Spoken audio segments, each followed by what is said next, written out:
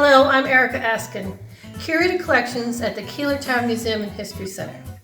I'm here with John Curry of Curry and Hovis.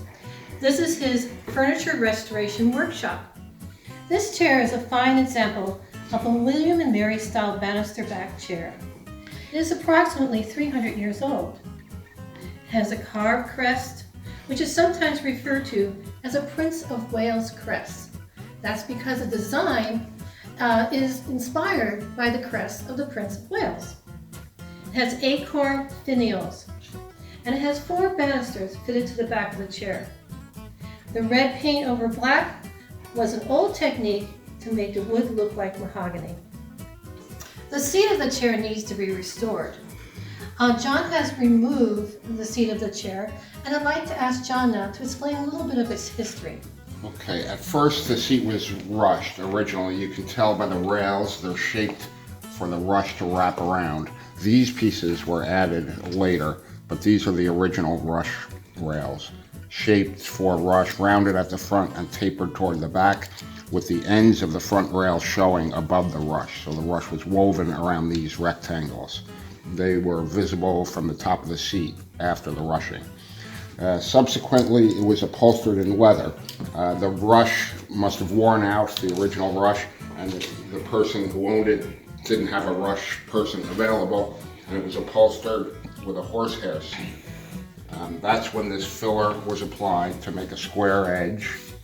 It was webbed with webbing like this in a crisscross fashion, 2 strips each direction. Here's the old nail holes from that. I've removed it because of the condition of it. And on top of that webbing was a layer of burlap. And then after the burlap, there was a horsehair layer stitched on. This is the horsehair layer that was sagging through because of the condition of the webbing. That would have been on top of the webbing.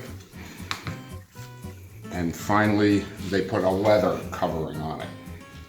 This is the seat after the original rush. There was a leather covering. We can see the remainder of some of the leather under the back rail, under these tack heads. Then the leather apparently wore out, and a new layer of textile was put on top, which is here. And this is the one that the museum received the chair with. This was on top of that horsehair padding, and it was fastened straight to the sides of the seat rail with decorative upholstery tacks. So that's the way the museum got it, and that's the way we will restore it too. But we will put that board to support the horsehair. The horsehair will go back on and be stitched down to that board. And the covering will go back on with the original decorative nails. I will likely put a layer of muslin between these just to protect the conserved textile from the horsehair and prevent the curls of horsehair from poking through. It did not have that before, but I think it's a good idea.